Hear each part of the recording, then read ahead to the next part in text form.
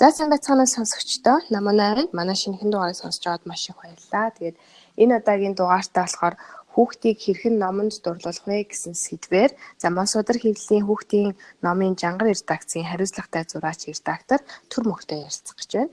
Тэгээд зочинтойгоо илүү дэлгэрэнгүй танилцъя. За би сүүлийн 10-аад жил одоо хүүхдийн тэр дундааг олчлоод хүүхдийн зурагт номын төрлөөр ажиллаж байгаа. За ер нь бол сургуулийн өмнөх насны хүүхдүүдийг олчлон номыг хийдэг. Одоо 0-оос 5 нас хүртэлх гэсэн үг л дээ. Яагаад ер нь хүүхдийн номын чиглэлийг сонгов? Ер нь бол ингээд бол багаасаа одоо үлгэр туртай байсан.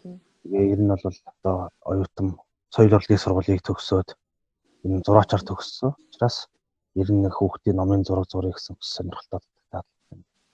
Хүүхдийн ном руу орсон. За тэгээд аав тийм би одоо 2 хүүхэдтэй. Тэгэхээр бас ихтэй байх нь шүү дээ. Том хүүхэд маань 10 настай учраас 10 жилийн өмнөөс одоо илүү хүүхдэд ном уншиж өгөхийг эхэлсэн гэсэн үг л дээ. За тэгэхээр яг манай сэдв маань өөрөө яг хүүхдийг номонд дуртай байгаа шүү дээ. Тэгэхээр яг энээс эхлээд ер нь хүүхдийг хизээнээс яг номтой танилцуулж эхлүүл зүгээр байдаг бай. За ер нь бол энэ гадны ч одоо ийм судалгааны олон судалгааны материалууд байдаг л та. Ер нь бол хүүхэд 6-аас 9 сартайдаа одоо номын хуудсан дээр байгаа зургийг бодит амьдрал дээрх төр төрслөөс ялгаж сурдаг. Одоо харааны хөгжлөнд хийж таарж байгаа юм л та. Тэгээд 9 сартаагаас эхлээд одоо гарын жижиг булчингуудын тусламжтайгаар номын хуудас эргүүлж сурах одоо энэ ажил эхэлдэг. Гэтэ энийг бол одоо хуудас эргүүлж сурж байна гэдэг чинь өөрөө ном уншиж байна гэж ойлгох хэрэгтэй л дээ. Тухайн насны одоо өөрөх нь онцлогоос тааруулаад хүүхдэд манай хүүхдүүдэд бол хэлэхээр зэрэг 9 сартай хүүхд ямар ном унших вэ? Уншиж чадах үедээ гэх хэлтэй байдаг л да. Гэтэ энэ өөрөө одоо бодит амьдрал, бодит эргэн тойрондох бодит зүйлүүдэд ялгаж харж байгаа өөрөө ном уншиж байгаа хэлбэр. Тэгээд хуудас эргүүлж сурж байгаа ном уншиж байгаа хэлбэр л байна. Ер нь тэгээд манай Монголын зах зээл дээр байгаа номуудыг ерөнхийдөө харж байхад эдгээр ерөнхийдөө яг нэг нас 6 сараас хойш 18 сараас хойш номууд бүтээгдэж байгаа. Тэрнээс номууд бол технологийн хувьд бол одоо хүрээгүй байна. Одоо усанд орохдоо хэрэгэлдэг хурдаас нь номноос ахуулаад унахад тийм технологиуд алга байна. Даав ном хүртэл өгдөг шүү дээ, тий. Ингээд. За одоо ингээд ерөнхийдөө манай редакцийн хувьд бол яг нэг настай хүүхдийн номуудыг бол анхны ном зурлаараа хийсэн байна. Энэ дээр болохоор зэрэг ээж аваад маань болохоор зэрэг олон зүйл дээр хүүхдийн ном сонгохдоо их андуурдаг. Ер нь олон үлгэртэй гэдэг юм уу те гоё өнгөтэй гэдэг юм уу агуулга нь ямар гоё уярмаар юм бэ гэдэг юм уу баярламаар бахмаар юм бэ гэдэг юм. Тухайн насныхаа хүүхдийн онцлогийг мэдхгүйгээр тийм ном авч өгөөд тэгээд ном биш одоо саатуулах хэрэгсэл маягийг болгоод байна л та.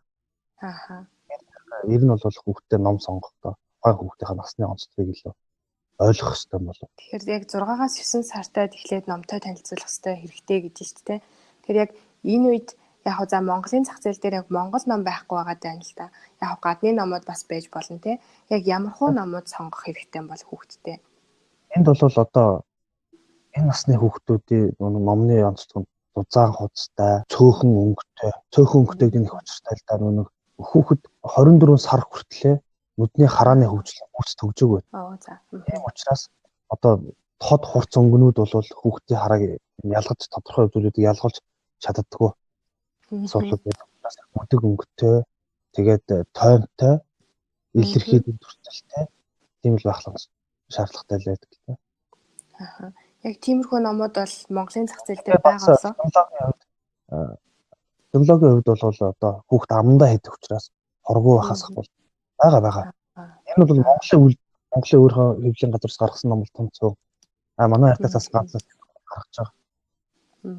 Яг 9 сараас хойш гэсэн үг. Яг 6 сартай гэх юм бол одоо хондоо манайх дээр хулдаас нь даав ном бол гаднаас оруулж ирж байгаа. Тэгвэл яг ой болоод ингээд ахилаа штэ тий. Тэгэхээр яг одоо таны хэлсэнчлэн өнгөний сонголтын дээр нь яаж анхаарах уу? Одоо агуулган дээр нь яаж анхаарах уу? Технологи дээр нь яаж анхаарах уу? Манай эцэгчүүд бас ном сонгох гээд бас сонсч иж магадгүй шүү дээ.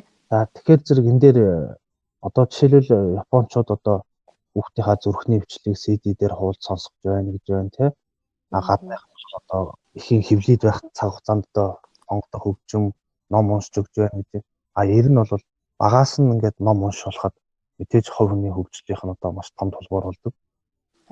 Тэгэхээр ер нь л одоо манай эцэгчүүд ой хүрхээс өмнө одоо энэ номтой ойрхон байлгад уншиж өгч одоо давтчих хэрэгтэй болов гэж бодож байгаа. Тэгээд манай одоо олон ном гэхээр зөв ерөнхий их том ойлголттой. Жишээлбэл одоо тоглоом бол бас өөрийнх нь ном. Ягаад тэгэхээр тэр өөрийг тоглоомын дүрэнтэй байдаг тийм. Ном бус олохтай байж байгаа. Тэгээд хүүхдээ тэр намууд дээр бол бид нэг бас агуулгын одоо хүүхэд ойлгохгүй гэдэг талаас бас ээж аваад хараад байгаа. Үнэхээр дээр одоо агуулгуудыг ойлгохгүйгээд ер нь бид нар хүүхдэд одоо цагаан толгой заах гэдэг юм уу бид нэр өөрснөө гадаад хэл сурах гэдэг юм энэ дээр маш олон мэдэхгүй үгүүдийг олон дахин сонсч байж тэ олон дахин харж байж уншиж байж энэ үг одоо чэйжлэгддэг ойлгогддог байх жишээтэй шүү дээ. Гэтэл одоо хизээ том болоод энэ агуулгыг ойлгох вэ гэдэг асуудал хүүхдийн номдор маш их гарч. Тэр зэрэг ер нь бол хүүхдтэй нэг номыг одоо маш их олон уншиж шаардлагатай гадаг. Урах номыг бол одоо 100 дахин уншиж шаардлагатай гэдэг юм уу. Гэтэл одоо хийж авуудын нэг одоо ихэнх хийж авуудын маань л да. Нэг дөрөвтэй ойлголт нь олон үлгэртэй байх юм бол тий энэ одоо манай хүүхдэд хэрэгцээнд нь таарж байна гэж харж байгаа. Бид бол заавал хийж.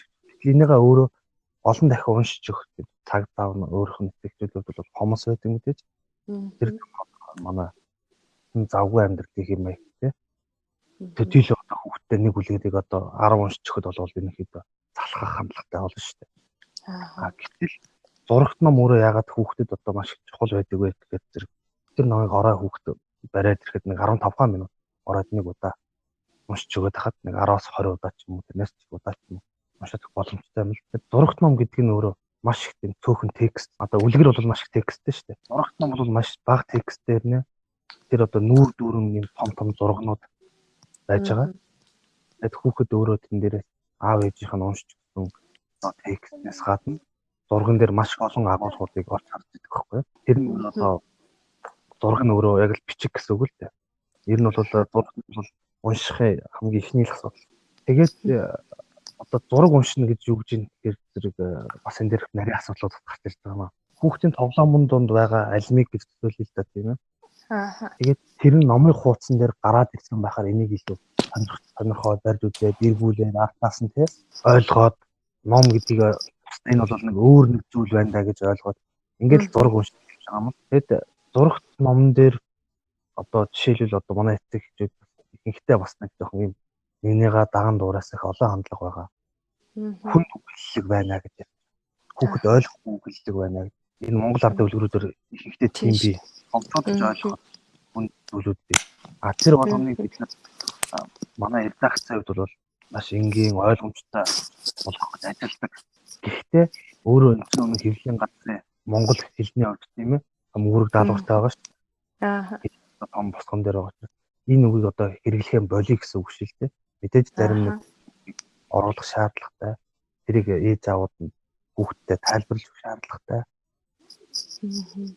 Ийм зүйлүүд байдаг. Тэгэхээр яг хүүхдээ яг номон дурлуулъя гэж бодож байгаа эцэг байх юм бол яг юунаас эхлүүл зүгээр вэ? Одоо жишээлбэл одоо хүүхэд юун төрөд ингээд мэдээж аав ээжийнхээ хоолоогоор үлгэр сонсуулах одоо ямар талтай байдаг л да. Бидний дурсам гэсэндээ ийм зүйлүүд байдаг шүү дээ. Аав ээж миний юу маа надад ингэж үлгэр уншиж өгдөг байж үлдээ гэдэг. Энэ юусоо мартдаггүй сайхан төвхөлтэй. Тэрийг ээж аваад бол энэ зүйлийг л одоо хүүхдэд нэн тэргуунд одоо үлгэр номыг нь одоо сайн уншиж өгч явах хэрэгтэй. Энэ л одоо хамгийн ихний одоо хүнс одоо чи ном чамд ном авч өгч одоо энэ ном өөрөө унш гэдэг юм уу өөрөө зургийг үз гэдэг юм уу ингээд мэдхгүй одоо орхиулахар зэрэг одоо тэрийг нэг хайхтар хэрэгжилж чадахгүй. Дээрээс бас эцэг эхчүүд нөгөө нүдэнд нь уншиж харагддаг ч юм уу тийм үлгэр дөөрөл үзүүлэх хэрэгтэй байх тий. Энэ чинь бас нэг чухал зүйлчтэй. Одоо бид нэр хажууд нь утас үзчихвэл тэгэл одоо чи ном уншсангүй гэвэл одоо мухад зүйл шүү дээ. Тэгээд хэрэглээ болохгүй. За тэгвэл ингээд эцэг эхчүүд номонд орлуулмаар байна гэж яриад идэг. Яг үнэндээ тэгвэл ном уншиж өссөн хүүхдийн зан характер ч гэдэг юм уу, хүмүүжил ч гэдэг юм уу, бусад хүүхдийнхээс ямар ялгаатай байдаг юм бол? Мэдээж одоо ном гэдэг чинь дотор аяга олон төрөл байгаа шүү дээ. Ямар агуулга байна, хүүхдэд одоо яаж нөлөөлөх үү гэх мэт олон зүйлүүд байгаа. Мэдээж номоос шалтгааллахгүй амьдралын хэм маягууд ч гэсэн олон бий. Эрэндээ ном уншсанаар бол мэдээж одоо бид нэр мэдэхгүй зүйлээ мэддэг болдог те. Иргэн тойрны одоо хамгийн одоо тодорхой зүйлүүд номон дээр байж идэг те. Энэ болгоомжтой хөвөлж танилцах, өөрийн гэсэн бодолтой болох, өөрөө соён гэгээр юмыг ойлгодог болох гэх мэт олон л ач холбогдлууд бий. Зүгээр одоо жишээлбэл одоо ихэнх эцэгчүүд юун төрөнд хүүхдүүдээ 3 4 настай хүүхдүүдийг тийм ухаантай хүүхд болгоно гэж их ярьж л та. Тэр тамаа хүүхдийн баруун зүүн тархийг хөгжүүлэх IQ гэл тийм ээ. Тэгээд ер нь бол миний хувийн бодол шүү. Ер нь өөрөө сэтгэлтэй хүн болгох нь тийм ээ. Юмд дурлах, сонирхдаг хүн болгох нь энэ тэргүүний юм болов гэж би боддог. Тэр одоо зүрхтэй хүн болвол мэдээж номын агуулгаас тэр зүйлийг авна. Шууд баруун тархинд хөндөг тийм ээ. Сэтгэл зүрхтэнд байхгүй бол хэцүү болов уу гэж бодлоо. Роботоос ялгаа юу авт те. Ухаантай роботоос нэг ялгаа авах болов. Тэгэхээр одоо энэ дээр бас нэг осны нэмж тайлбар хийхэд бид нар ер нь хүүхдүүдээ одоо ном уншиж тийм энийг ингэдэг гэж заахаас илүү бас хүүхдийн сонирхлыг нэн тэргүүнд бас харгалзаж үзэх шаардлагатай байна. Жишээлбэл одоо энэ тэмдгүүл хүүхэд зураг зураа суужлаа харагддаг штеп. Тэгээд юу зурж яана гэж төдийлөн асуудаг хана. Одоо юу ойрхон одоо галтгооны одоо ширээн дээр гэдэг юм уу тийм ээ. Энэ зураг зураад бид нар загнана. Эсвэл юу зурсныг асуухгүй. Тэгээд хүүхдээ ингээ энэ тэмдгүүл зураад байж байгаа зүйлийг одоо эцэгчүүд их анзаарах хэрэгтэй байгаа юм л та. Ягаад тэгэхээр тэр нөрөө хүүхдийн өөрийгөө илэрхийлэх одоо маш том чухал захиа байж идэг. Одоо чинь би одоо мэдрэмжүүдээ тэр хүүхдэд одоо хүүхдээ өөрөө нэрлэж байгаа. Би одоо гонхтой байна уу, баяртай байна уу, аав намайг загнасан уу, ээж намайг загнасан уу, тийм аав намайг баярлуулсан уу, ээж баярлуулсан уу, өвөө эмээ гэх мэт иргэн тойрноос мэдрэмжүүдээ нэрлж сурдаг одоо чухал үе шаталтаа зураг зурж байгаа хүүхдээ. Энийг ээж аавууд маань их бас заримдаа их буруугаар ойлгодог. Юу гэхээр зэрэг нэг илүү авьяастай холбож ойлгодог. Хүүхдийн тэр зургийг манай хүүхэд одоо үнэхээр гоё авьяастай зурдаг, юмыг адилхан зурж байна гэх мэтээр. Хөвчлэн бас цэцэрлэг сургуулиар бас иймэрхүү ойлголт их илүүтэй харагдаад байгаа цэцэрлэгийн хувьд. Яагаад тэгэхээр одоо тэрийг гоё зурсан хүүхдийг одоо шагнах гэдэг юм уу тийм ээ. Тэр мэдрэмжүүдэд оролдуулах. Тэр хүүхэд бол тухайн тэр юуг ойлгосон, юу бодсон тийм тэр болгоныгоо илэрхийлж байгаа, илэрхийлнэ. Энд бол ерөөсөө хүүхдээ авьяас ямар ч хамаа байхгүй. Чи бас магадгүй сонсч байсан бах та одоо баг гадны Европын одоо сургалтын арга зүй өндөр хөгжсөн улс орнуудад ихвчлэн байгаа ингээд урлагийн хичээл их ордгоо гэж тийм ээ. Яг энэтэй бол манайх бол эсэргээр болчих. Цэцэрлэгт оролдоо авьяасаар нь оролдуулаад байх жишээ тийм. Тэгээд хүүхдийн тэр зураг бол өөрийнхөө иргэн тойрноо уншиж байгаа бас нэг номыг уншдаг нэг бодсноо илэрхийлж шүү дээ. Цаасан дээр буулгах юм те юм дээр буулгаад зурж юм. Тэд зүйлүүдээ аав ээжээрээ дүгнүүлж гин үзүүлж гин. Өөрийнхөө мэдрэмжийг асууж шүү дээ. Би надад бас нэг тийм жишээ байгаа. Бас илүү жишээн дээр яриул одоо ээж аваад илүү ойлгох болов. Тэ хүлээж авах болов гэж юм уу? Ном хийхдээ цэцэрлэгүүдээр явж хүүхдтэй ажилтдаг. Номын дөрүүд маань болж гин үү те өгүүлбэр одоо үгэн болж гин үү гэх мэтэр өнгө нь болж гин үү. Тэгээ ингэж явж байгаад би нэг хүүхдээр ам зурулсан. Уддаг ном хийх гээд зурж уддаг ном хийх гээд. За. Тэгээд ихэвчлэн хүүхдүүд инээж байгаа ам зурдаг. Аялсан ам зурдаг те. Энэ чинь нэг хүүхэд уйлж байгаа ам зурсан. За. 2 удаа давтуулж зуруулаад нөгөө хүүхэд 2 удаа уйлж байгаа ам зураад тэгээ би энэ хүүхэд одоо яагаад ингэ уйлж байгаа ам зурж байгаа юм болоо гэж би асуусан л та. Манай энэ хүүхдийн хувьд бол сая дүүтэй болсон учраас болсон учраас ээж хоёр нэг хоёр их дүүтэй илүү анхаарал цаг заваар байгаа болохоор манай хүүхэд одоо ганцаардж байгаа юм аа гэсэн тайлбар надад өгсөн. Тэгээ энэ дээрээс би бодож байхад бол нэрээ хүүхэд болж байгаа юм.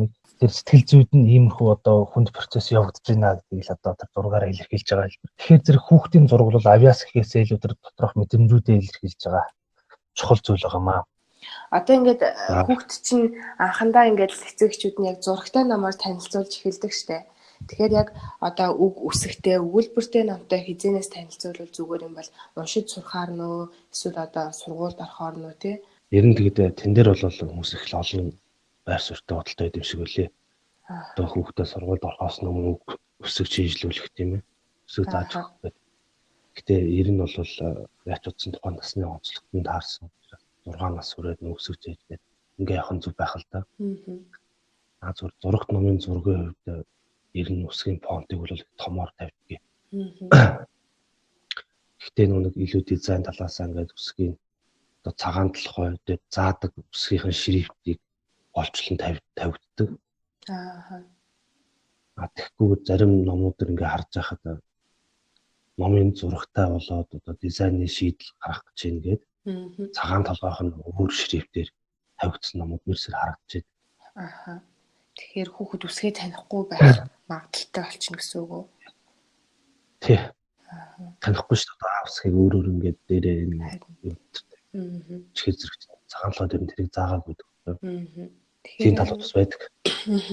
Одоо бага насндаа ном уншилгүй өссөн. Тэгээд өсвөр насндаа ирсэн ч юм уу тийм хүүхдийг ер нь анхлан яаж яг ямар номноос эхэлж танилцуулбал зүгээр вэ? За ер нь бол одоо ингээд одоо том болцсон гэдэгээс илүүтэй ер нь бол аав ээж нь тогтмол одоо ном уншиж өгсөн байгаа. Тэгээ ер нь сурагч дээр байгаа тэр ихүүд нь үнэхээр сайн өөрийг нь татахаар байгаа юм уу? Энэ заавал тийм ном болоод тийм ном уншуулаад гэсэн юм бас байдаг юм аа. Ер нь хэрэгтэй ном уншаасан ер нь ном одоо ингээд авч өгөөд тэр номын тухай ээж аав бага хэмжээний тайлбар хийж өгөөд энэ тэгжижил ном эхлэлдээ шууд хүнээс хацсныхан зургаар болж чад одоо энийг уншиж өгнө гэдэг чинь тэр номын тухай яриас авахгүй бол сонирхол өдөөгдөхгүй шүү дээ. За зарим бас нөгөө эцэгчүүд нь шууд сонгодог зохиол аваад өгчдөг талтай тийм. Энийг л унших хэрэгтэй гэл. Тий. Тэрнээс хүүхдийг нэг хашрамтгай болгочих магадгүй юм байна тий. Ер нь гээд ямар ч номыг л эхлээд сайн тайлбарлаж өгөх хэрэгтэй л доо. Эцэгчүүд энэ хүүхдийн ном сонгохдоо заавал өөрөө нэг эргүүл хараад уншчих байх хэрэгтэй хаа. Тэгэхгүйгээр одоо энэ бол хүүхдийн ном одоо энийг бол чи унших гэдэг агаар хандвал эхлээд тэр сонирхол нь өдөөгдөг нь бол тэдний тааш нь уншаад явахгүй л. Яг хөө мэдээж 10 наснаас дээш бол одоо илүү өөрийнхөө сонирхсон номыг аваад унших юм уу? Тэр хандлагаа олж заавал тэр тайлбарлах шаардлагатай бага л. Дөнгөж одоо уншиж сурж байгаа хүүхдүүд байдаг штэ. Унших гэж нэлээд уддаг те эцэг эхчүүдийн төвчээрийг юу нэлээд бардаг. Ер нь яг тийм үед нь хүүхдээ яаж дэмжих хэвтэй бол яаж уншиж сурахыг нь одоо арай хурдлуулах ч гэдэм үү те. Арай хүүхдэд хэлбэр аргаар яаж яах вэ? Одоо өмнө ярьсан тэр нөгөө ер нь яг уншиж сурж байгаа гэдэг хүүхдийн хувьд бол зурагт ном илүү бүтгэл болдог юм л да. Яг тэгэхээр хүүхэд маш бага текстийг залхахгүйгээр унших. Тэгээд маш тийм өргөн тодорхой ойлголт өгөхөөр одоо дүрийн тухай ч юм уу, уур амьс орчны тухай ч юм уу төсөөллийг авах зураг чиглэлтэй байх нь илүү төлөвлөртэй. Тэгээд явцын дунд одоо 3 дугаар ангийн түүнээс дээш болоод ирэхээр зэрэг үргэлжлсэн текстүүдийг унших энэ дадал хвшил бол манай ер нь одоо уран зохиолын номнууд энтрийг харахад их те унших гэдэг ихүүд байдаг штэ. Тэд нар ер нь хэр зөвч гэх юм уу те хүүхдэд одоо яг тухайн насанд нь тохирсон байж чаддгүй. Та энэ тал дээр яг ямар байр суурьтай байдаг? За энэ дээр би зарим энэ дээр нэг жоох эсрэг байр суурьтай байдаг юм а. Би заавал унших номын ч гэсэн одоо бас харсан. Жишээлбэл одоо хүүхд одоо ингээд зөвхөндөө хийгээд явах номын жин бас байдаг шүү дээ. Тийм. Одоо сонгодог зохиолууд маань өөрөө 400-500 хуудастай. Тэгээ хэвлэлийн газар ямар таасан дээр хэвлэн байх үгээс болоод олон зүйлүүд байгаа юм. Тэгэхээр одоо яг ном уншаад ахаар ингээд хараанд нөлөөлдөг гэж тэгдэг штэ. Тэгэхээр яг нөгөө хүүхдийн хувьд өдөрч ер нь хэр удаан гэдэг юм уу одоо тий эсвэл ямар нөхцөлд ч гэдэг юм уу ном уншвал хараанд нарай бага нөлөөлөх байт юм болоо. Ер нь бол тэн дээр чи айгу нарийнууд зөндөө байдаг юм чи. Өдрийн нарны гэрэлд унших нь одоо үр дүнтэй гэдэг ч юм уу тийм ээ. Тэг тэн дээр бол би одоо тодорхой хариулт хэлж чадахгүй байна. Энэ нөгөө одоо нэг амьдралын хэв маягаас шалтгаалаад өглөө энэ хэд хүүхдүүд цэцэрлэг сургуультай тийм ээ сургуультай явах цагууд нь дандаа өдрөөр байж зөвхөн орой ном унших боломж байж хичээл даалгаврын дараа одоо цаг цав бол ном унших цаг цав биш шүү дээ. Гэхдээ мэдээж үргэлжлүүлээд 2-3 цаг бол дунд ингийн гэдэг юм одоо 10 настай хүүхдүүд бол төдийлөн 2 цагаас илүү ном уншаад сууж явах боломж хомсолтой. Тэгээд зэрэг чи энэ бол өөрөө санаас боловсон тэр одоо стандарт метр байдаг тэрийг бол тустай хэрэг баг. Ер нь бол очил байдлын хувьд бол тийм бол бүгэн цаг хугацаа л байгаа. Очлогийг бодсон ч гэсэн тэр 2 цагаас илүү суугаад байх. Боломж байх илүү хүүхдээ хувьд тийм ээ. Тэгэхээр өөрөө бас яг аав хүн байгаа шүү дээ. 2 хүүхдээ аав. Тэгэхээр яг хүүхдүүд дээрээ одоо хэрэгжүүлсэн туршлага ч юм уу те эсвэл аав хүний зүгээс адилхан аав нартай зөвлөмөр зүйл байвал хэлж өгөөч гэж хүсмээр байна. За тэгэхээр би нэг өмнө 365 үлгэр гэж 365 үлгэртэй ном хийжсэн. Улиртай үлгэр тэгээд дэлхийн шилдэг болон одоо олон орны сонирхолтой тийм стори дээр өдөр болгон уншиж өгөх юм 15 минутын цаг гаргаад уншиж байгаа юм. Тэгээд энийг